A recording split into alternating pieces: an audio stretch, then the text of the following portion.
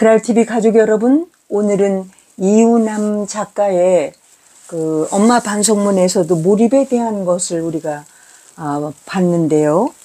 또 편지를 쓰는 마음, 이연재 작가의 그 손자에게 전하는 말에서 여기서도 경청과 몰입은 훌륭한 사람의 기본 태도다, 이런 제목으로 또 책이 있길래 함께 보려고 합니다. 경청과 몰입은 훌륭한 사람의 기본 태도다. 오늘은 몰입에 대한 이야기를 지금 우리가 나눠보는 날이에요.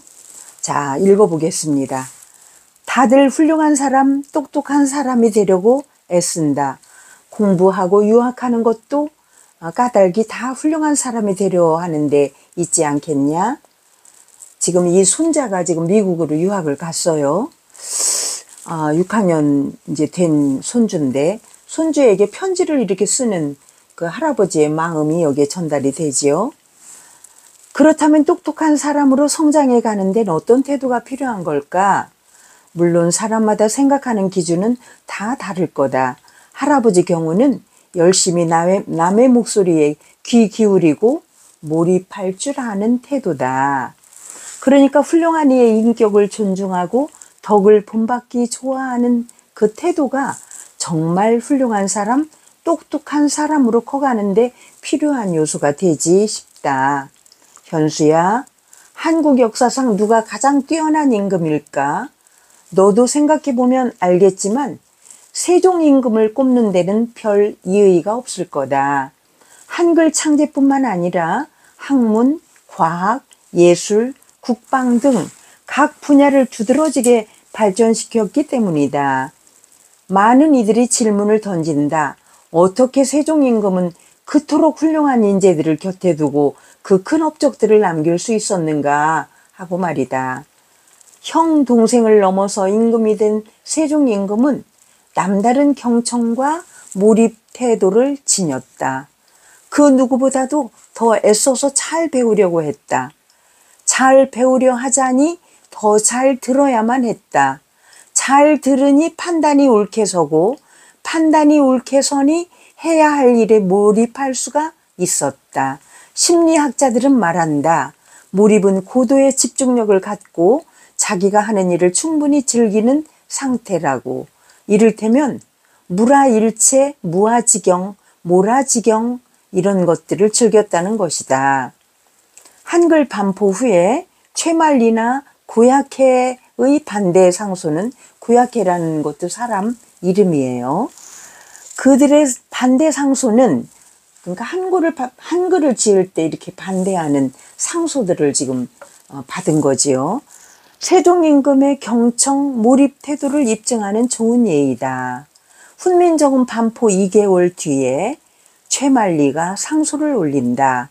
이제 여럿의 의논도 듣지 않고 옛사람이 이미 이뤄낸 운서를 터무니없게 업문으로 짜맞추고 공장장이 수십 명을 모아 인각해서 급히 세상에 펴내셨으니 후세의 공론이 어떻겠습니까? 이렇게 하는 거야. 고약해는 사람 이름이다. 참 고약한 사람이로군. 그가 임금으로부터 먹은 욕이다. 이 욕은 고약해 때문에 만들어진 말이란다. 세상 임금은 반기를 드는 신하를 세종 임금은 반기를 드는 신하를 모두 고약해 같은 놈이라고 했단다. 실록을 보면 고약해의 상소는 그 내용이 상당히 과격했단다. 심지어는 눈까지 부라리며 임금을 노려보는 행동까지 서슴지 않았다고 전한다. 거기다가 보란듯이 횡하니 나가기도 했다는 거다. 고약해라는 사람 자기 이름값을 톡톡히 했네요. 세종 임금은 최만리나 고약해의 상소 때문에 화가 머리끝까지 치밀었겠지만 죄를 묻는 방식은 특이하게도 관대했다는 기록이다. 최만리는 상징적으로 하루 동안만 감옥에 가두고 다음날 빼내줬다. 그 뒤엔 청백리로까지 선발했다. 청백리 상을 주는 그런 아주 청렴결백한 그런 상을 최만리에게 줬다는 거죠. 이렇게 바른 말을 하고 속을 썩였는데도.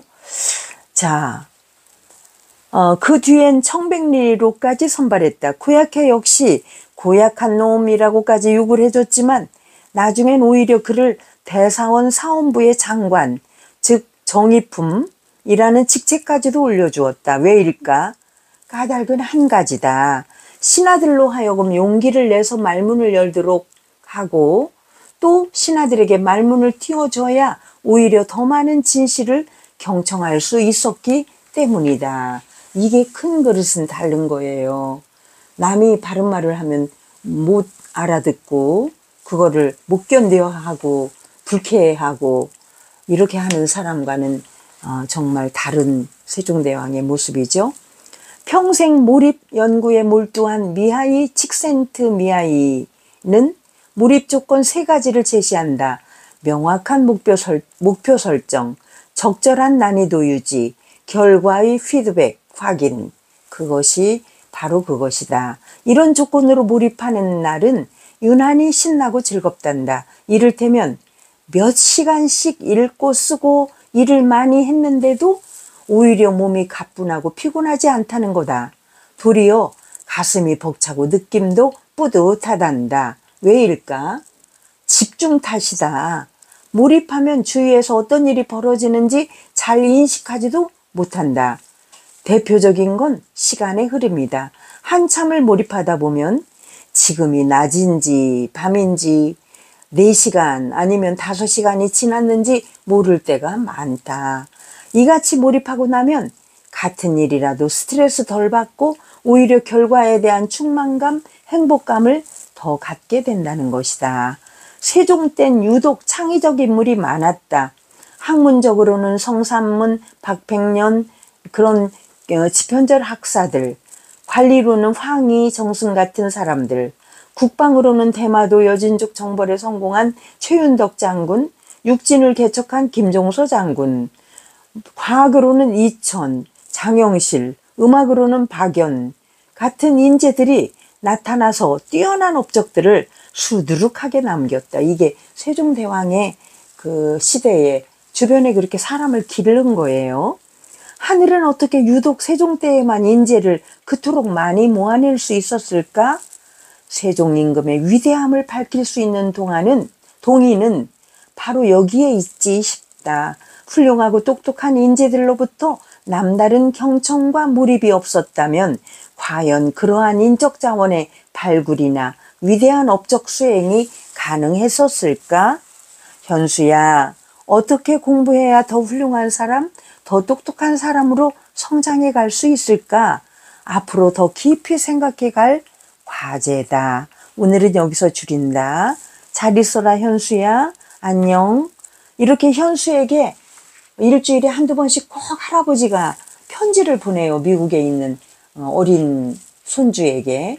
그러면서 본인이 갖고 있는 지력과 그 어떤 슬기와 예지와 이런 것들을 아주 과감 없이 무조건 갖다가 쏟아 부어 주는 거예요. 이렇게 글을 통해서 교훈을 주는 할아버지 이연재 작가처럼 우리도 글을 쓰고 또 편지도 쓰고 일기도 쓰고 또 이렇게 편지를 쓰는 마음이라는 책도 이렇게 짓고 여러분 이런 모든 그 필력과 지혜가 평소에 일기 쓰는 거에서 나옵니다. 여러분 오늘도 독서를 많이 하셨겠죠? 독서를 하셨다면 그거를 기록을 하셔야 돼요. 내가 어떤 저자의 어떤 책을 읽었는데 어떤 거에서 감명을 받았다. 이런 기록부터 시작해서 오늘 하루 24시간이라는 시간을 내가 어떻게 적절하게 썼는가를 여러분 잘 기록해 놓으시기 바랍니다. 그게 바로 일기가 아니겠어요?